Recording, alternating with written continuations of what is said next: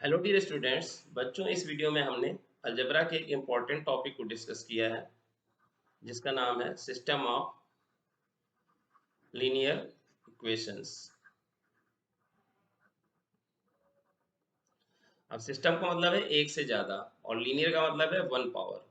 जैसे कि for example आप ये ले लें x plus Y equal to 2 और 2x plus Y equal to 3। तो ये दो लीनियर इक्वेशंस का एक सिस्टम है। लीनियर का मतलब होता है वन पावर। यहाँ देखिए वेरिएबल x के ऊपर वन पावर, वेरिएबल y के ऊपर वन पावर, तो एक ही पावर है ना, x पर y पर दोनों पर एक पावर है, तो ये हुआ लीनियर का मतलब। ठीक है, रेखीय, एक रेखीय मतलब एक ही पावर हो वेरिएबल पर। और सिस्टम का मतलब है कि एक से ज्यादा। तो यहाँ कितनी इक्वेशंस है? यहाँ दो इक्वेशन है। अच्छा, इस तरफ देखिए कोई वेरिएबल नहीं है, तो थोड़ी देर के लिए हम ये मान सकते हैं z पावर 0।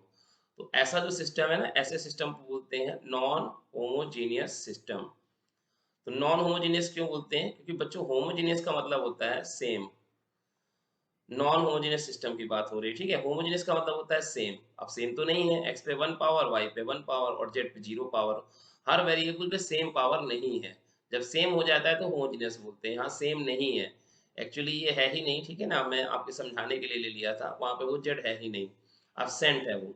तो x के ऊपर वन पावर, y के ऊपर वन पावर, लेकिन इधर कांस्टेंट टर्म में वेरिएबल के ऊपर जीरो पावर, वेरिएबल absent है, इसीलिए इसको नॉन होमोजीनियस बोलते हैं, ठीक है। तो एक्चुअली क्या होता है, ये जो दो इक्वेशंस है ना, आप इसे समझ सकते हैं कि ये दो स्ट्रेट लाइंस हैं, ठीक है। ये हम आज समझ सकते हैं कि ये दो इक्वेशंस जो हैं वो दो स्ट्रेट लाइंस की इक्वेशंस हैं, ठीक है। ये दो स्ट्रेट लाइंस हैं। अब दो स्ट्रेट लाइंस में क्या क्या केस बन सकते हैं, थोड़ा अगर आप कोऑर्डिनेट की मदद से समझो तो ऐसा हो सकता है कि दोनों लाइनें एक सिंगल पॉइंट पे इंटरसेक्ट रहेंगी, ठीक है। तो एक पॉइंट आपको मिल जाएगा ऐसा पॉइंट कि जो दोनों लाइनों पर मौजूद होगा। तो अगर कोई पॉइंट जो मौजूद होता है किसी लाइन या कर्व पर, तो उसकी इक्वेशन को सेटिस्फाई करता है। अब ये चूंकि कॉमन पॉइंट है तो ये दोनों इक्वेशंस को सेटिस्फाई करेगा। और ऐसे कितने पॉइंट है? ऐसे एक ही पॉइंट है। तो हम लोग बोलते हैं system of equation has a unique solution. क्या बोलेंगे? System of equation has a unique solution, ठीक है, क्योंकि एक ही पॉइंट मिलेगा, ठीक है। ऐसा एक ही पॉइंट मिलेगा जो दोनों इक्वेशंस को सेटिस्फाई करेगा। अच्छा, एक ऐसा केस हो सकता है, एक ऐसा केस हो सकता है कि दोनों लाइनें पैरेलल हो गई। अब दोनों लाइनें पैरेलल हो गई तो अब कितने पॉइंट है जो दोनों लाइनों पर मौजूद है? ऐसा कोई भी पॉइंट नहीं है, तो हम लोग बोलते हैं system of equation has no solution, ऐसा बोलते हैं, ठीक है। कि कोई भी कॉमन पॉइंट नहीं आ रहा है ना, ऐसा कोई वैल्यू नहीं होगा जो दोनों को सेटिस्फाई कर दे, पहले को दूसरी को, दोनों को सेटिस्फाई कर दे। तीसरा केस ऐसा हो सकता है कि मान लो ये एक लाइन है, ठीक है, और ये एक ब्लैक लाइन है और एक ये दूसरी रेड लाइन हो गई, ठीक है। अब देखो आप क्या देख रहे हो, ये दोनों लाइनें क्या हो गई, एक पर एक चढ़ गई, ओवरलैप हो गई, ठीक है। अब कितने पॉइंट होंगे? देखो एक ऐसा पॉइंट होगा, ये वाला पॉइंट दोनों पर है, लाल वाली लाइन पर भी है, काली वाली लाइन पर भी है। एक पॉइंट ये है, दोनों पर है, लाल पर भी है, काली पर भी है। एक ऐसा पॉइंट है, ठीक है, ऐसा पॉइंट है। कितने पॉइंट है? बहुत सारे पॉइंट है, इनफाइनाइट पॉइंट है ना। ये दोनों लाइनें चूंकि ओवरलैप कर गई, तो कोई भी पॉइंट आप लोगे ना तो वो दोनों पर होगा, दोनों लाइनों पर होगा। तो ऐसे तमाम सारे पॉइंट्स मिल जाएंगे, तो ठीक है, तमाम सारी ऐसी वैल्यूज मिलेंगी जो इन दोनों को एक साथ सेटिस्फाई करे। तो बोलते हैं system of equation has many solution, many solution या इनफाइनाइट नंबर ऑफ सॉल्यूशंस, ठीक है, मैनी सोल्यूशन या इनफाइनाइट नंबर ऑफ सॉल्यूशन। अच्छा, तो सर जी कैसे आता है कि यूनिक सोल्यूशन कैसे पता चलेगा, ये नो सोल्यूशन कैसे पता चलेगा, मैनी सोल्यूशन कैसे पता चलेगा? क्या हमें लाइन ड्रॉ करके देखना पड़ेगा? नहीं बच्चों, ड्रा करके भी देख सकते हैं वैसे, लेकिन हम लोग वो ज्योमेट्री का मेथड, हम लोग तो अलजेब्रा के मेथड की बात करेंगे। तो अलजेब्रा का मेथड क्या है, तो चलो एक एक करके डिस्कस करते हैं। जैसे ये पहला सेट हो गया ना, ये इक्वेशंस का पहला सेट हो गया। अब इसमें आप ध्यान से देखो, इसमें ध्यान से देखो कि x के कोफिशिएंट का रेशियो, ठीक है। पहली इक्वेशन में x का कोफिशिएंट क्या है? 1। नहीं है, नहीं है तो वहां पे एक 1 रख सकते हैं ना, अपनी वन तरफ से एक 1 से गुणा करा लिया, ठीक है। यहाँ भी अपनी तरफ से एक 1 से गुणा करा लिया, एक 1 से गुणा करा लिया, यहाँ भी अपनी तरफ से एक 1 से गुणा करा लिया, ठीक है, ऐसा। तो पहली इक्वेशन में x का कोफिशिएंट, x का गुणांक कितना है? 1 बटे बटे दूसरी इक्वेशन में x का गुणांक कितना है? 2। अब देखो पहली इक्वेशन में y का गुणांक कितना है? 1। x का कोफिशिएंट देख लिया, आप y का कोफिशिएंट देख रहे हैं 1। और दूसरी में, ठीक है, y का क्या है? 1। हाँ, तो ये देखो कोफिशिएंट का रेशियो देखा, x के कोफिशिएंट का रेशियो, y के कोफिशिएंट का रेशियो, और ये क्या है? ये बराबर नहीं है।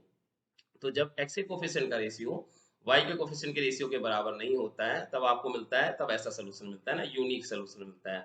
तब आपको यूनिक सोल्यूशन मिलता है। अब ये जो पॉइंट है ना, ये पॉइंट होगा 1 कामा 1, ठीक है। आप सॉल्व करके देख लो इसको। जो आपने क्लास 7-8 के मेथड में सीखे हैं ना। और एक मैट्रिक्स मेथड भी होता है, एक क्रैमर्स रूल होता है, ठीक है, कई मेथड है। तो अगर हम किसी भी मेथड से सॉल्व करें, ठीक है, और वो मेथड से सॉल्व कैसे करेंगे अभी बताता हूँ, ठीक है ना, सॉल्व करना भी बताऊंगा।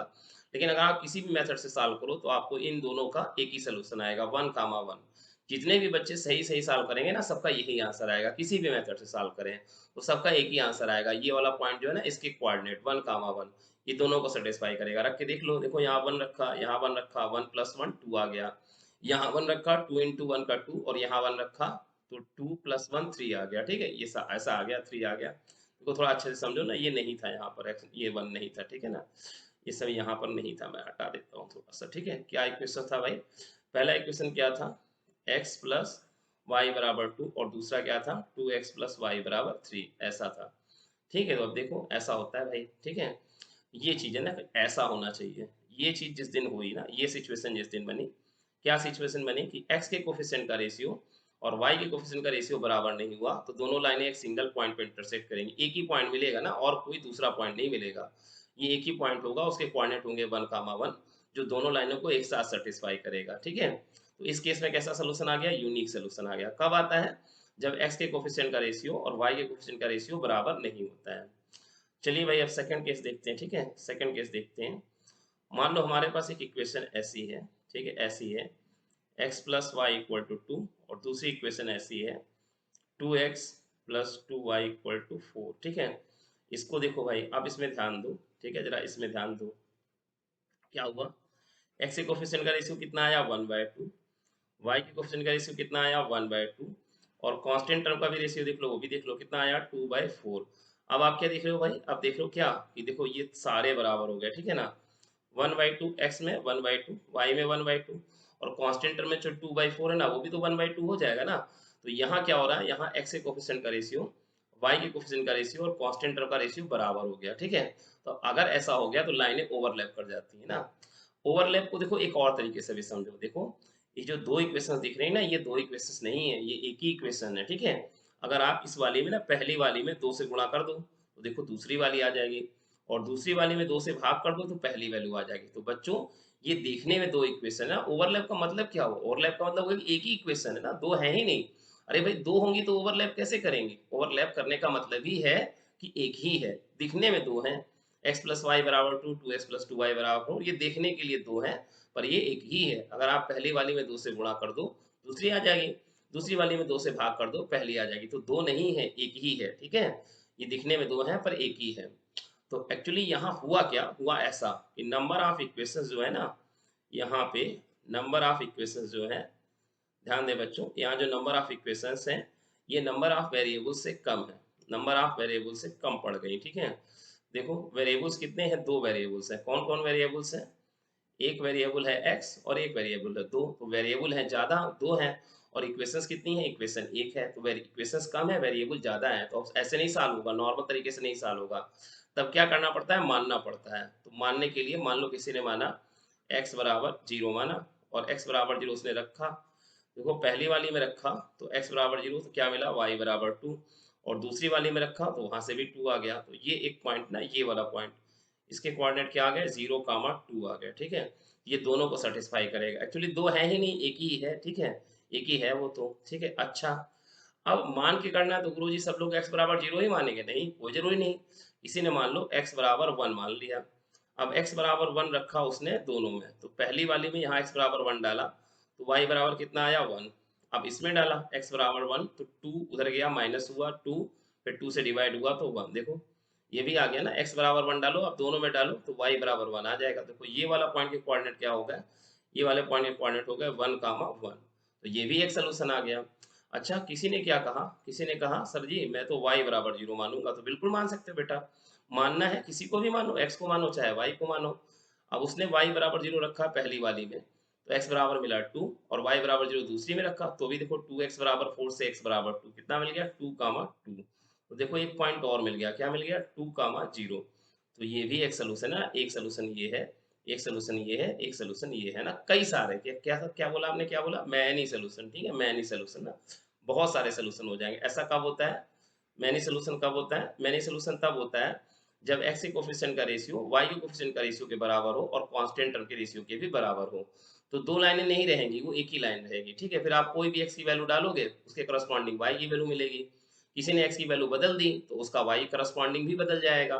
किसी ने मान लो y बराबर कुछ पुट किया तो उसको x बराबर समथिंग मिलेगा ना। तो इसमें बहुत सारे सही आंसर हो जाएंगे। यहाँ देखो ऊपर वाले केस में देखो ये एक ही पॉइंट है क्योंकि दो अलग अलग लाइनें हैं, और यहाँ पे क्या कोई दोनों लाइनें सेम हो गई, तो कोई भी पॉइंट पकड़ो, ये पकड़ो, ये पकड़ो, ये पकड़ो, ये पकड़ो, ये पकड़ो, तो ये सारे पॉइंट क्या करेंगे, सेटिस्फाई करेंगे। एक लाइन में कितने पॉइंट होते हैं, फाइनाइट पॉइंट्स होते हैं, और आप निकाल सकते हो वैल्यू, x बराबर रखते जाओ, कुछ y निकालते जाओ। ये समीकरण में, इस समीकरण में ना आप x बराबर कुछ रखते जाओ, y बराबर निकालते जाओ। तो ऐसा तो बहुत बार किया जा सकता है, बिल्कुल बहुत बार किया जा सकता है, x बराबर समथिंग रखते जाओ, y बराबर निकालते जाओ। इनफाइनाइट सोल्यूशन हो गया। आप समझते हैं तीसरा केस। बच्चों आप समझते हैं तीसरा केस। मान लो आपके पास ऐसी इक्वेशन है, x प्लस वाई बराबर 2 और 2x प्लस वाई बराबर 3, ठीक है। अब यहाँ देखो x का कोफिशिएंट का रेशियो कितना आया 1/2, y के कोफिशिएंट का रेशियो कितना आया, y एक मिनट थोड़ा सुधारते हैं, ठीक है, 2x प्लस 2y। y के कोफिशिएंट का रेशियो कितना आया 1/2, ठीक है, और कांस्टेंट टर्म का रेशियो कितना आया 2/3। अब ये बराबर नहीं है, ध्यान दो, ठीक है, यहाँ पर ध्यान दो आप लोग, ठीक है, यहाँ पर आप लोग थोड़ा ध्यान दो। तो यहाँ पर क्या हुआ, x के कोफिशिएंट का रेशियो y के कोफिशिएंट के रेशियो के बराबर है, पर कांस्टेंट टर्म के रेशियो के बराबर नहीं हो रहा है, ठीक है, ऐसा हो गया। तो अब ये वाला केस बनेगा ना, ये वाला केस बनेगा ऐसा, दोनों लाइनें क्या हो जाएंगी, दोनों लाइनें पैरेलल हो जाएंगी। दोनों लाइनें पैरेलल हो गई भैया की। अब कितने कॉमन पॉइंट है, एक भी कॉमन पॉइंट नहीं है। तो अब आपका कैसा केस आ जाएगा, अब आपका ये वाला केस आ जाएगा ना, नो सोल्यूशन। क्यों नो सोल्यूशन, क्योंकि कोई भी कॉमन पॉइंट तो होगा ही नहीं दोनों लाइनों पर। अच्छा एक और तरीके से समझते हैं। सपोज करो किसी ने क्या किया, मान लो x बराबर 0 लिया, x बराबर 0 लिया तो उसको क्या मिला, y बराबर क्या मिला, पहली वाली में डाला x बराबर 0 तो y बराबर मिला 2, और दूसरी वाली में डाला x बराबर 0 तो y बराबर क्या मिला 3/2। अब हो गई गड़बड़, क्या गड़बड़ हो गई, देखो ये गड़बड़ हो गई ना, ये वाला जो सोल्यूशन आया ना, ये वाला x बराबर 0 y बराबर 2, ये वाला जो सोल्यूशन आया ये पहली वाली को सेटिस्फाई करेगा। डाल के देख लो x बराबर 0 y बराबर 2, ठीक है, लेकिन दूसरी वाली को सेटिस्फाई नहीं करेगा। और ये जो सोल्यूशन है, ऐसा सोल्यूशन जो है, ध्यान दो, ऐसा सोल्यूशन, कैसा सोल्यूशन, ये वाला सोल्यूशन, ठीक है, ये वाला सोल्यूशन जो आया ऐसा, x बराबर 0 y बराबर 3/2 ना, ये सोल्यूशन जो आया, ये क्या करेगा, ये दूसरी वाली को सेटिस्फाई करेगा पर पहली वाली को सेटिस्फाई नहीं करेगा ना, तो गड़बड़ हो गई।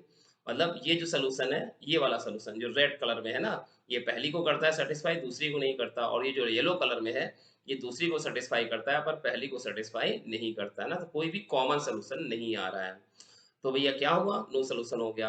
कैसे, x के कोफिशिएंट का रेशियो y के कोफिशिएंट के रेशियो के बराबर है पर कांस्टेंट टर्म के रेशियो के बराबर नहीं है। तो इस केस में क्या आ जाता है, इस केस में नो सोल्यूशन आ जाता है। समझ में आ गई बच्चों। फिर से एक बार दोहराते हैं, अगर x के कोफिशिएंट का रेशियो y के कोफिशिएंट के रेशियो के बराबर है, लाइनें एक पॉइंट पे इंटरसेक्ट करेंगी, आपको यूनिक सोल्यूशन मिलेगा। x के कोफिशिएंट का रेशियो y के कोफिशिएंट के रेशियो के बराबर है और कांस्टेंट टर्म के रेशियो के भी बराबर है, लाइनें ओवरलैप कर जाएंगी, ठीक है, लाइनें ओवरलैप कर जाएंगी, ये हटा देते हैं, ठीक है, ये हटा देते हैं यहाँ से, ठीक है। तो लाइनें ओवरलैप कर जाएंगी और बहुत सारे पॉइंट्स होंगे, ठीक है, मैनी सोल्यूशन आ जाएगा। अच्छा फिर क्या हुआ, फिर अगर ऐसा हुआ, फिर अगर ऐसा हुआ, ऐसा कोफिशिएंट का रेशियो y के कोफिशिएंट के रेशियो के बराबर है पर कांस्टेंट टर्म के रेशियो के बराबर नहीं है, तो लाइनें क्या कर जाएंगी, लाइनें पैरेलल हो जाएंगी। फिर आपको कैसा सोल्यूशन मिलेगा, नो सोल्यूशन मिलेगा ना। अब आपको नो सोल्यूशन मिल जाएगा। तो थोड़ा सा समराइज करते हैं, ठीक है, थोड़ा समराइज करते हैं भाई इसको, थोड़ा मैं इसको समराइज करता हूँ, ठीक है, थोड़ा मैं इसको समराइज करता हूँ। तो मान लीजिए आपके पास ऐसा है, मान लीजिए आपके पास ऐसा है कि a1x plus b1y equal to c1 and a2x plus b2y equal to c2, ऐसा है भाई, ठीक है, इस तरह का है आपके पास। ध्यान दे, थोड़ा सा मैं यहाँ थोड़ा जगह ले रहा हूँ, ठीक है, थोड़ा ध्यान दे, मैं थोड़ा जगह ले रहा हूँ, ठीक है। तो इसमें क्या हुआ, इसमें आपके तीन केस बने ना। पहला केस क्या बना आपका, पहला केस क्या बना, पहला केस ये बना, a1 upon a2 is not equal to b1 upon b2। अगर x के कोफिशिएंट का रेशियो y के कोफिशिएंट के रेशियो के बराबर नहीं, तो दोनों लाइनें क्या करेंगी, दोनों लाइनें एक सिंगल पॉइंट पे इंटरसेक्ट करेंगी, ऐसा। ये आपका आया फर्स्ट केस ना, दिस इज फर्स्ट केस, ये पहला केस आ गया। x के कोफिशिएंट का रेशियो y के कोफिशिएंट के रेशियो के बराबर नहीं है, दोनों लाइनें एक सिंगल पॉइंट पे इंटरसेक्ट करेंगी। अब ये लाइनें थोड़ी टेढ़ी हो गई हैं, ठीक है, टेढ़ी नहीं बननी चाहिए भाई, लाइनें स्ट्रेट बननी चाहिए ना। एक लाइन ये हो गई और एक लाइन आपकी भाई ये हो गई, ठीक है, दो लाइन हो गई, ये आ गया कॉमन पॉइंट, ठीक है, ऐसा आ गया। अच्छा दूसरा समझो ना, दूसरा समझो, दूसरा ऐसा हो सकता है, दूसरा भाई ऐसा हो सकता है, सेकंड केस, सेकंड केस में क्या होगा, ऐसा होगा कि हम्म, अरे भाई, दूसरा केस में क्या होगा, ऐसा होगा, अरे आज भाई, दूसरे केस में ऐसा होगा कि A1 अपान A2, A1 अपान A2 क्या है, B1 अपान B2 के बराबर है, और C1 अपान C2 के भी बराबर है, ठीक है।